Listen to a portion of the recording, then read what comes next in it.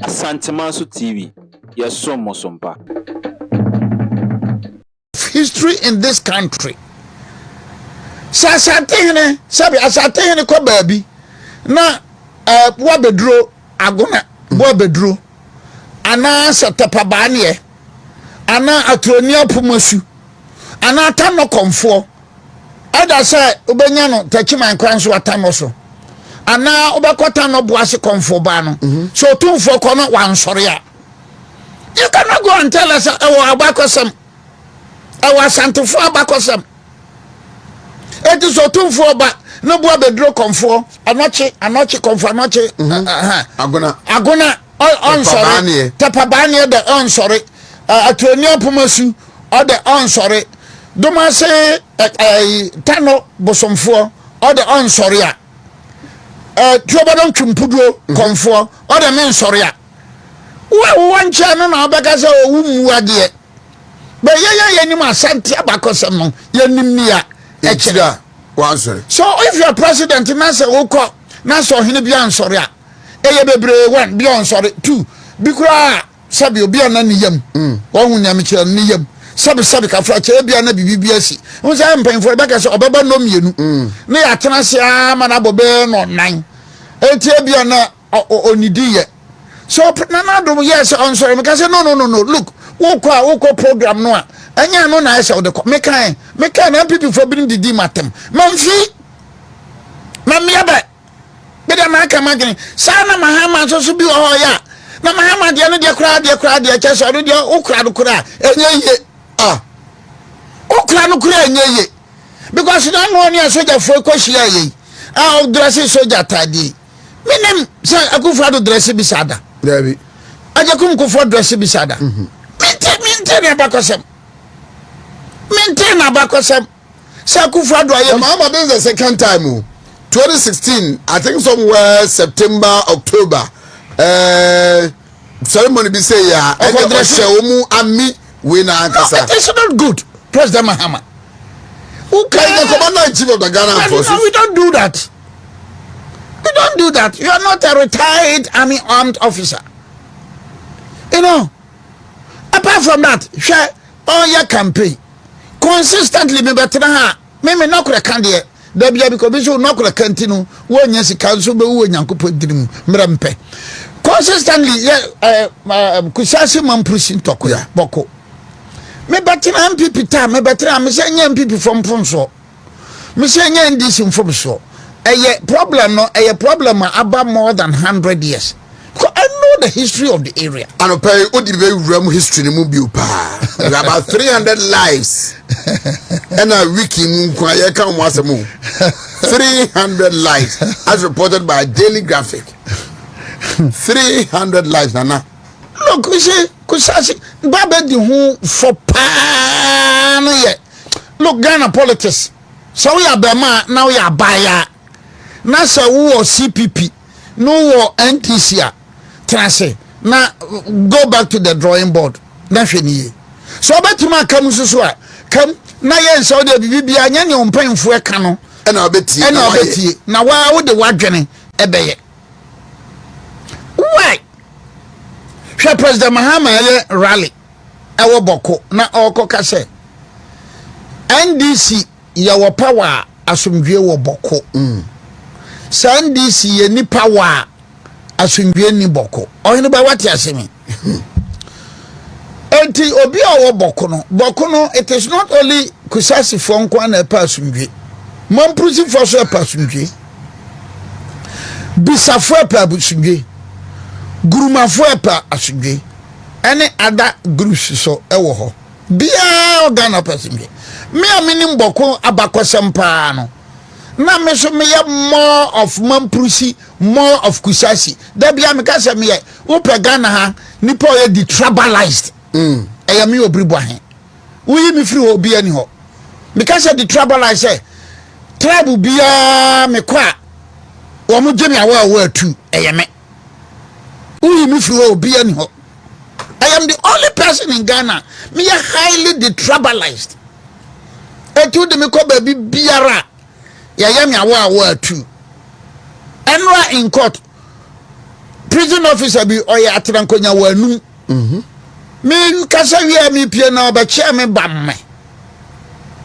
because when na kura ka ene nyam suro ene nyam feriye ene no kura die ene abe president Mahama kasa se yeni ho a NDC ni ho a Bawku no na NDC wo ho de a na gese Bawku jo ene okoye campaign and MPP lost Kusasi dominated nina Puzika Zebila Kulungungu Bawku nina MPP folusie ana NDC aba atokwa na da so emimpo ayedin to the extent that they will attempt to attack the IGP na want to say ayarga ni fie wo machine as police commander fie as police cars MP oba bi wo ho never in the history of Bawku ntokwa na ye ganne sese broha na me mesra me nua Kusasifo no mesra mampurusifo no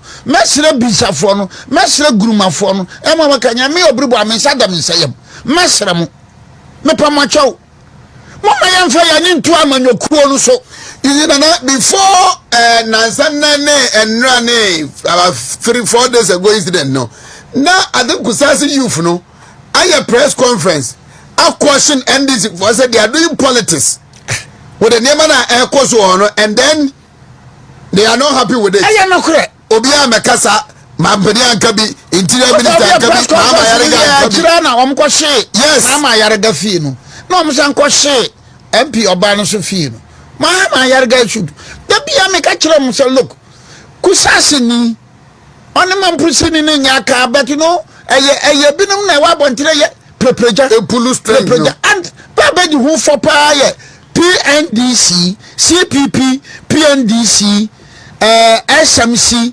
NDC why and tell me why this Bawku issue has been more than 100 and something years hey oh yes titro abrofo no around 1800 something omo kotena Gambaga first and say na omo ko Bawku but even with that before the advent of abrofo no slave trade no Bawku no eye slave center what you say now the Mampusis are saying say neba wo ho the Kusasis are saying say but I think that in all honesty the history books will tell you say no Kusasis no wo mo ho first that one aside with that this position mijitum but na Kusasifo no centralized government okay Kusasifo no abusuan bi na omo hye omo fie na omo tindanama omo bosomfo no sa ne be centralized what you say bia hye ne fie but the Mampusi system of governance the Gomba system of governance the Gonja system of governance the Nanumba system of governance the Mosi system of governance but they were centralized. It's like the Ashanti system it's like the Ashanti system Baba nsia Ghana bakose na bensia bakose na be so be die mu bi no atem no the Ashanti system of governance no is centralized obi bia ni na no beboa eti obi wo soro Asante hene na amanhene Nkrabata no sa so far now no aduosiensia amanhene aduosiensia ko aduoson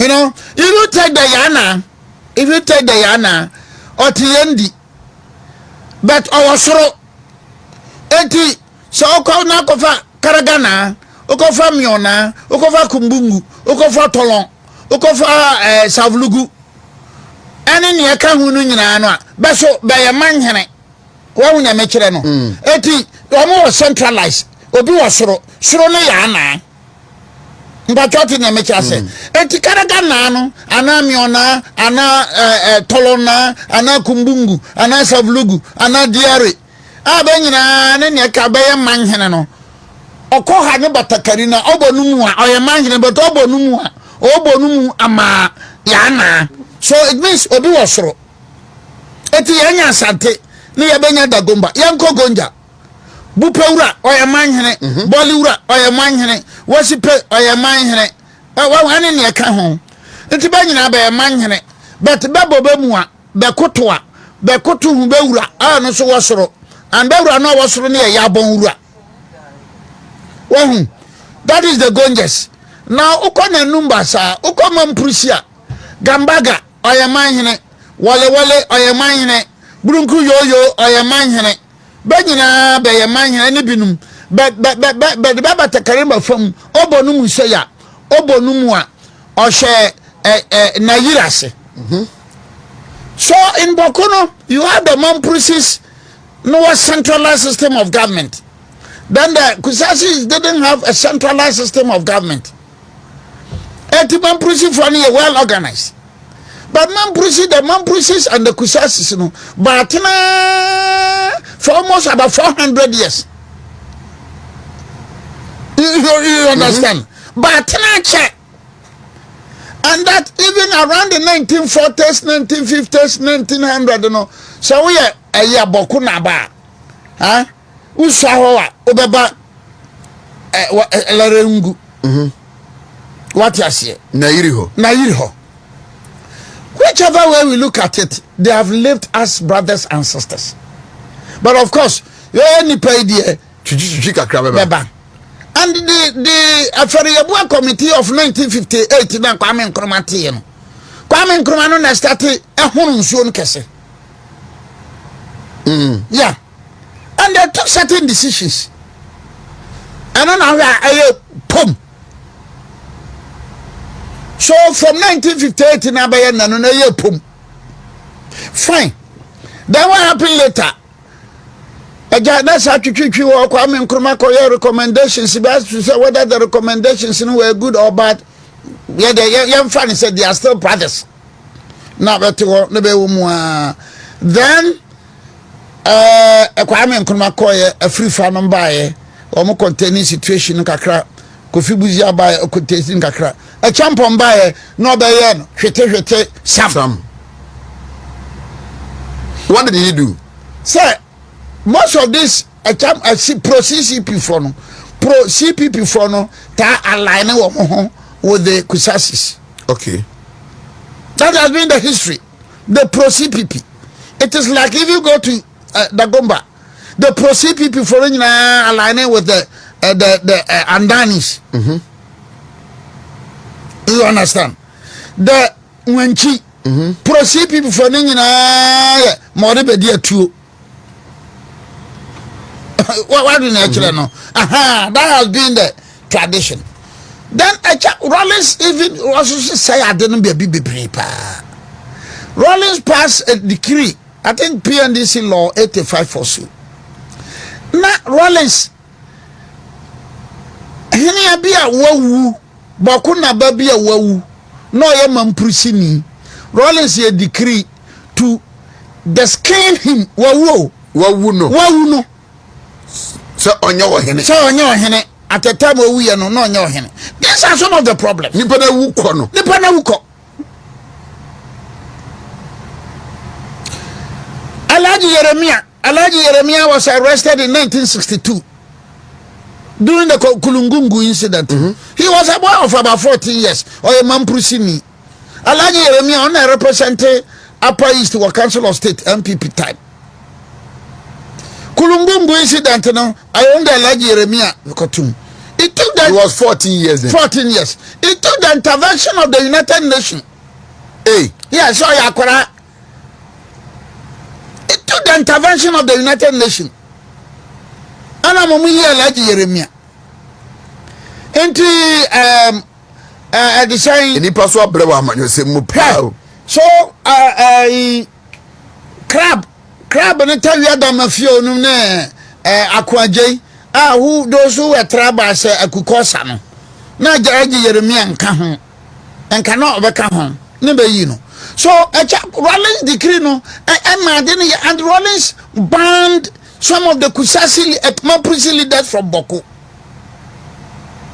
Rollins banned some of the Mamprisi leaders from Bawku. So Alaji Yeremia no so no ne papa Alaji Yeremia papa na he was disclaimed by Rollins that decree. And therefore Alaji Yeremia no nyina jani free Bawku. Wow. You know, so Rollins in money, bibi niye. So that explains why you had the Ayare guys, then the Bugiris, and then a man for the Brenin. I know I'm PNDC supporters. Well, but whichever way, whether Rollins in the no from Sono by Rollins and for sure, many say a bear for say a bed in Nkranimu at a tinkrane. But the Empire and Mikasa Terminian Mamprusi, Kusasi for Bisa for Gurman for and say, Maunia Manya for Ayayan. Mama Yaga got say I think somewhere October, November last year, say government no it just 6 million Ghana cedis for the quarter once and some more motivate but almost spend this kind in other things. And that umonya who I mean, Obia Ufri, Omani Bro Mone Konosono, Obia Ufri. It's like you made us know, say you know a lot and you can do a lot. And you are not the majority. And now you are the majority leader, but you seem not to call. I didn't intensify. So it is my humble appeal, my passionate appeal. Kusasi for bebre, Mikake say, Kusasi, Bokuna Baho say, see, you know, ne papa. Juma was in civil aviation. Yes. My papa. Nana down for no. Oh, really? Yes. Bakuna Bao was a siano. Ne papa. Atria Diane, Ashamanum, Asamensa, Atrimity Sana Bada. And therefore, I have every right to call the Bakuna Basa Minya. And the Bakuna Ba has every right to call me Obiri and say, Minya. And therefore, Minian Kusasi for Sana Mampusi for so me call na yiri ho or the Saturn till seminana way. We are dear now shaman munyam. Na yiri. Then Satu ma pampem Mampusi na yiri. Menana we are dear o cannot cre. Na nyamia show and munyam. Na nyankopo so be show. Na yiri then Satu ma pampem. Na yiri then Satu ma pampem. It's a win. I know history has it that look. Nairi, say Nairi, Oyoba. That is the history of Oyoba. Nasa Ungo. Now when you brebre nasa timima kwa ma also Nairi nsa. Now chen Nairi na yiri kase obibia be ya. Obawo. Anya sam ketwa. But the mon kosoro anhu nya koso osoro. Yet yasi ha na ye hurisi. So Bawku na banye ni paketwa. Na yiri nye ni paketwa. Ya na nye ni paketwa. Ya bonwura nye ni paketwa. So problem na bana. Happy before crowd, you happy before ya there. What did we do? Look. Happy before then in 2020 made a law. You know, LI legislative. They supported it. 2020 law no be say 2409 MPP abana gitu mu say Bawku so waka hene ya eye Bawku na ba abudurago kusasi tie enti say ka no kura pa manyankopon pa dia na yesi e behwe soro ahwe fam aye nyankopon adwuma dia nka beka sha Bawku problem now on MPP for pa and since Abua from 1950s to another year I think now 12 April 2025 because that law no in 2409 now mo ye no pa Emma no be tum say abana gia tum say so si Bawku a ne ye ka hene ya abana de say ne hene onim no aye Bawku na aba abudurago a oye kusasi na pusiga zebila ene ne ka hu nyina no ehye abudurago asase. No government could have done this obiani ho senye dankwa buzia dombo fu aban no because you know from the 1958 afariabua committee no near NDC CPP SMC PNDC NDC never penny say tembia an be katire no ebom se be kekatire no bom a ne be editro Inti be di tura ne be fam. Ti be famu a na che say mabenya vote. I want to chip in with this. You say a month or two to election. Mamprusi Hinidia, now he was under house arrest for a long time. Onusu enya access eko honum ema edebufu by people were issuing threats the other day. And my man for example are attributing kusasi for about omotutia to that adina AC so osa hine ye hwan Ano no ya mamprusi. it is a bayre ase Ano ya mamprusi ni. Ono ya mamprusi ni. Ena oko sai kire Nayiri. Ena Boliga High Court ade bench warrant say omo nkoche no. Ena me betena mu studio ha. Me ka say sa bench warrant no. It was inappropriate. Why? Bamano criminal summons. Bamano krata bia say omra court na wanko. na wanko. You understand? 2. Mama Nayiri krata bia say Nayiri omra court ni Nayiri ama eti wo high court judge na wo court na ase no a se wo the bench warrant no sabi nyensa pa ba newu mpacho wote ne make yas yeah because anybody one friend say omra and I say omma ena wako issue bench warrant na say and when you no kusasi for no beka no kura bench warrant no kura MPP time MPP time saboka say MPP for no side with the mamprusis sanya mo kanu a mo pese baumia amanfo beto no anka asoja foko ya koduru na lerungu se omukwa akoche na yiri ana mamprusi fo no soreye na je se asoja fo no dwane ti adeche ye no be ko she MPP for office mbacho wote de me say enti when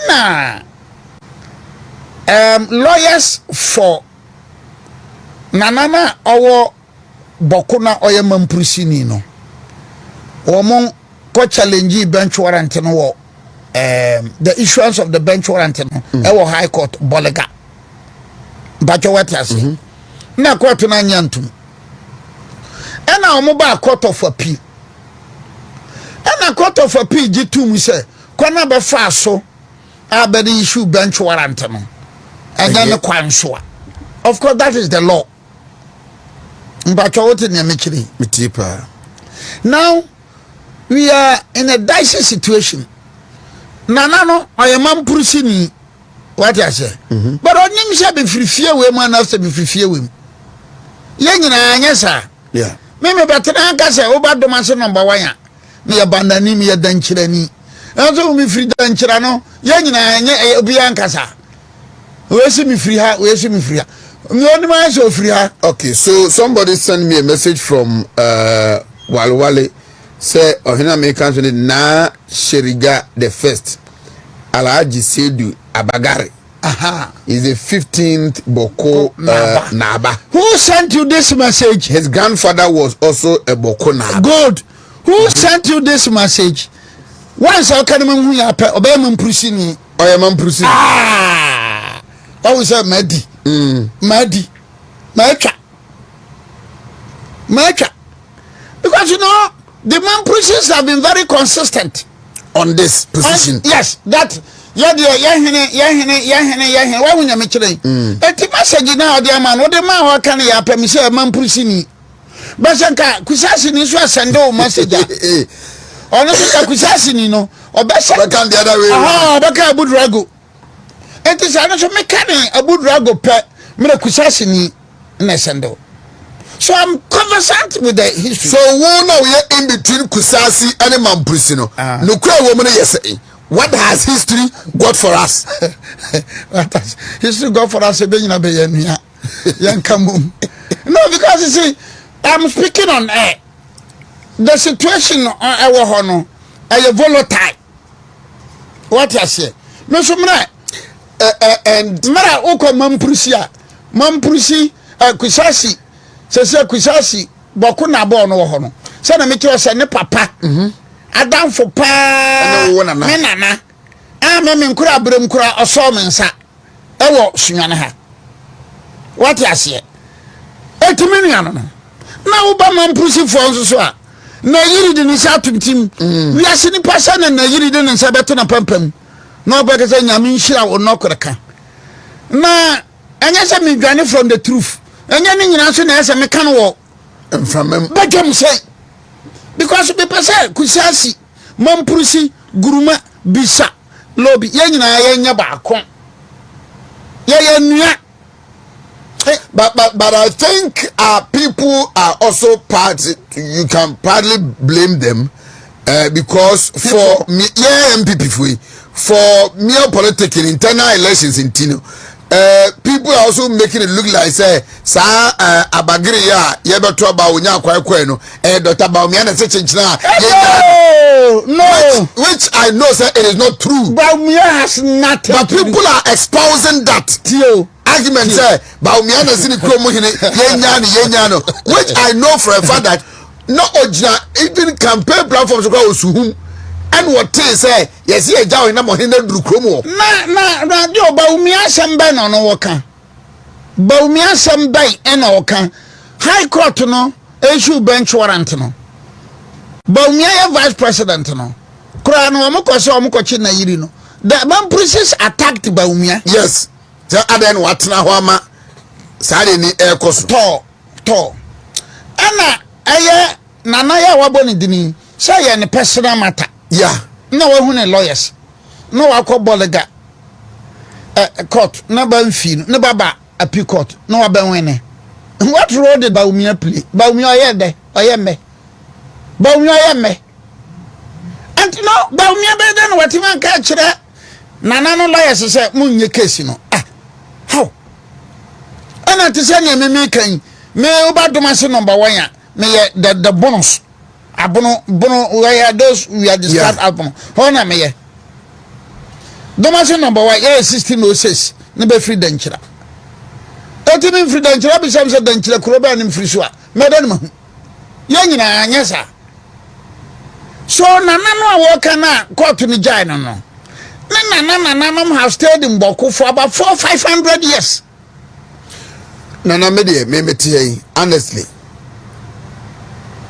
my intuition tells me say there are some dragging ya be a month or two ye koto ba quarter some day yes you to the say nya de ntema na say e ho na whether say attorney general na anya de also ye dai ye ja no ko wura honoma e ko kreti sa problem we buy no. We should be fair to ourselves. That is his personal matter. I don't think mo yenisa. That is his personal matter. Enti na no bia hu say ne personal matter ne dey kwato Dr. Bawumia abubuano a onu yanim so ono so no oni ho ma chi nim ho ma ha. Oh janya ayi sani be say ni padini keke. Nya sani be say ni padini keke. Anya sani amanfo be say Dr. Bawumia dini keke. Anya san one of the characters utimu say Karachi we mana your friend Ghana it didn't say Karachi we dana komaso man he's very principled, very honest, very sincere. What you say? But we are the moment no MPP and DC politics. Moment say nipa. What you say? Ghana already is an embodiment of. I say tell you what I say MPP for kasa na kana me so me share Haruna Idrusu. I don't see Haruna Idrusu say an NDC ni. Me say me everybody minu pa na Haruna Idrusu. Me only say minu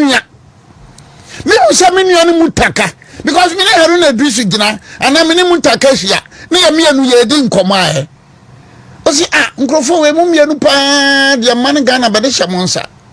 So me na Haruna Idrusu hia na say me ni mutaka hia na ye di nkoma.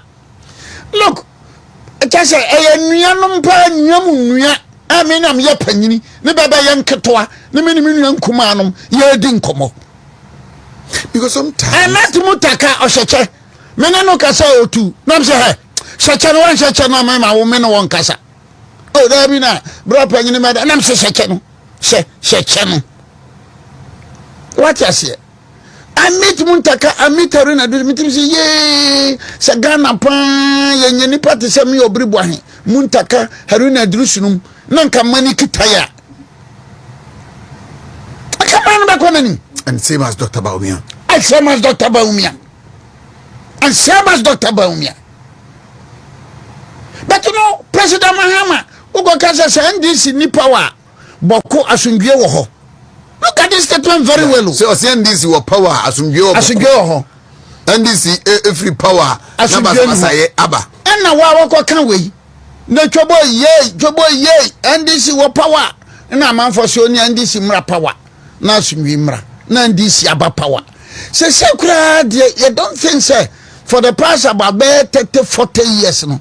Bawku situation I escalate to say that. Ning referring someone. Amanya samfo no ekaye na se wunua na mamprusi ni wunua ni kusasi ni wunua ni gurumani wunua ni bisa na sane wa we kwa because me no me de banyina ya nua me mfiri ha but me ne ba ya nua ma cheche obabia se pa se the Bawku na ba abuzuago meka se ne papa afa me ya so ataduana ma me adida makona yiri ho so de nsa to me na okacham se me na na se kusasi ne mamprusi kontokwa na makogina se kusasi bono mamprusi bon I'll be sabi I'll be stupid me mom na metima ka che kusasi se minua jai maka che mamprusi se minua jai guruma minua jai bisa minua jai se istai bisa Ford mi kokulungungu Oba mi kokulungungu bisa youth na bisa ana gurumani wo Bawku na akasakasa asia me na me kwa say me MPP I don't do that any not do that President Mahama ni ndisi wo hu sese ba bi adru hwe galamse ni adru hwe Bawku problem ni adru wo fa ba bia adina jinsemu anka me President Mahama baka say I am sorry yeah campaign no na euphoria no wosoro na me kansem bi na ebia fa Bawku ho na mesro mo mfa nkeme nka niema baba fam ati mesra me nuan kusasifo no mesra mampurusifo mesra bisafo no mesra gurumafo no munu wase ha ba ko pa ne me ati munu ya no a kasa kire mo se mensa da mensa yam Mama yana manyosam 5 minutes before 8 want to meet TV want to meet radio asokwa Kumasi the IGP's approach the approach no kura na nya nya me ma wanu nsi such a nice proposal me ma wanu nsi yohonu de anka wan ko kura anka ye COP yohonu ye beji adan na asem we ya ba wo ko kase wo befa wo mu prosi. Would that solve the problem? Their recruitment will be prioritized. Would that solve the problem? You nyama men can be bintiao. Kanya kabe kandi. Kamaka say such loose and unguided statement, you know, on withdraw. The IGP should withdraw that loose and unguided statement. That loose and unguided statement. And yeah, because you see, Bawku town, no, and yet Mampusi ni kusasi from Kwanete ho. Nti wo ko prioritize say Mampusi ni kusasi for na obefa wo mo Prusia. Bisa ni guruma ni lobby for nso aka wo so. Na wo kan we na de akire mu di nipa 3000. Ebre se fa wo mu. Just udwini wa see. No one to me and you are giving them more reasons to do what they are doing. Whether are we drifting? The Mokasam basic Kramon in 10 years. Anna, no. Someone proceeding on the Dikan Betana Ho. So Kusasi in the Dikan Betana Ho. Tell me, Macassa, well, my historical, I be, I think I may be wrong. What I say. But Sunny may make a Cassi and Muna Kusasi for no. na em say wo mo ho pa around 1400 1300 no be say no mo. I may be wrong, but whichever way, they have lived together as brothers and sisters. They have lived together for more than 200 years. They have stayed and lived together as brothers and sisters. And to ma mampusi kusasi so mo so IGP wo kasa asemu ya. Wa kana kura pa eye. Me ma batena anopai me kasa kire se we nyina ye nso so ye nsa. Fight galamsey a interior minister say yen transfer all police commanders. Enya no kura mpo no. So IGP asa na enyim kura. Yan sa no galamsey no. What ba ko ne Taylor bi kan. Taylor bi o say yent mean prosecute foreign nationals. I say prisons na yama. Because your prisons conditions that one in yet. And a university lecturer. A university lecturer. But as a NDC for me 2 million for from time to do. Taylor B. So he was from University. University. Now Taylor B to radio so in Kumasi. The 2007, 8, 9, 10. Kumasi mkwa. Nkran. Adam. Taylor B na maybe ya kase omukase ebuo bi frusro. Ana ezo fa the kete free feel on the say KNUSC Ipajo Park honum. And on the madam say yes ebuo bi frusro. Ana unim Joy yan interview no na o kasa no. Se no makan. Na me kasa ebia. Omo de kasa no. Okay, intimate yan na say there are prisons conditions. Is it the Taylor bi ana Otumfuo University no ana say Taylor bi foforo. Timi hwe ni kiki nam say o na Otumfuo Taylor bi member of parliament talking like this. Prosecute foreign nationals. Na Ghana for the better prosecute. So your conditions Ghana for. And when you have this type of characters leading a country, character way, I a deputy minister interior, national security can home, character, show the level of thinking. Talabi, like and this for na can one look, there be Ghana for mama yanko to join Roman for ya mompa ense Yankopon say ye kakra ko si 2028 nda yan to aba na yenyi wo na na so free si de nyame si ope na eye magana no ayama yi no I mean they don't take them for man yes sir don't because she tell la biasem ya wo mo kan na okay ashawan asem no a eba ya osafo mafo mom ka say ashawan wo mama ne ko China okay sa asem no nsempa wo mo ka fa ashawan MPP aban yeah asempa. And now this is the position of the Ministry of Interior. Now salad Ghana minim so basare so face bi oh me sure class service so ha it's a be on am say na court no buya no for say bi kura on be pardon na minister say yeche because other nationals no now the Guineans now the Burkinabes now the Cameroonians no better ban beba what Burkina ni bi o press conference Nigeria ni na Benedict Peters na so call hijack Jubilee but be what do ya Ghana ha no so say omo fa na na be boy omo de o sa boy si om do be ye patapase bi no mo promise so mo de be national security into all train I am for anko shema ya Burkina ni o ada dia se na oka dia se na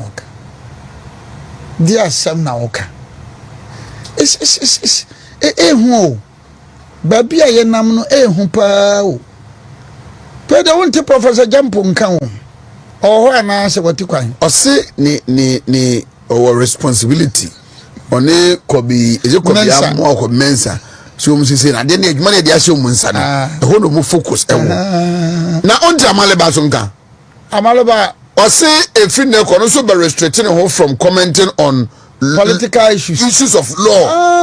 Now, what when the road safety and some now? I'll be from me catcher, me say. Mate Amalaba statement to be our shoe. No, oh, yes. Amalaba, the call road safety. National road safety. Do I say on henceforth, on also be concentrate to honum. Now, issues of law, Debbie Hodi. Unyabre, Nebrisa. Oh, Debbie, or that, no, I don't know, a young man, no. Sure, what is so near Cono, who near Econo. Now, okay, way. Majority leader ayaroga letter no okania so yesro tumfo obi anye din yenhwe mo tumfo on say eh yesro tumfo so Obiri Boahen na koka say yesro tumfo bi boan de on ke bi Obiri Boahen on ga bi mai dobia no tumfo Obiri Boahen on ga bi mai ko letter no kope letter no he Otumfuo dini babro be nu manansia ti omunkofo di Otumfuo atem no ya omonte na se kwana Otumfuo fa settle abudu andani de no ahene ba na no mo party fo gina mampo so omonte ase ma asanteni meye MCO asante mampo evoa and this is you unje ma sheshe dare nyina o man sheshe na oni emu motorbike so mo twa to say omonte ase ma asanteni meye MCO mampo ma mentram baby menkabi bedan makabi I don't want to be. No, that type of politics was a mentampe. Hey, just say, no mentampe. Some day, if you're not yet to be who, Miss Anyasam Kitro. So, what to me, Kikesi and him, Niakosoha,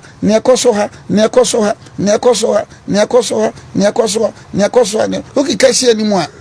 Who be sound say, no fear me in 2028, not Ghana to say. That is the question.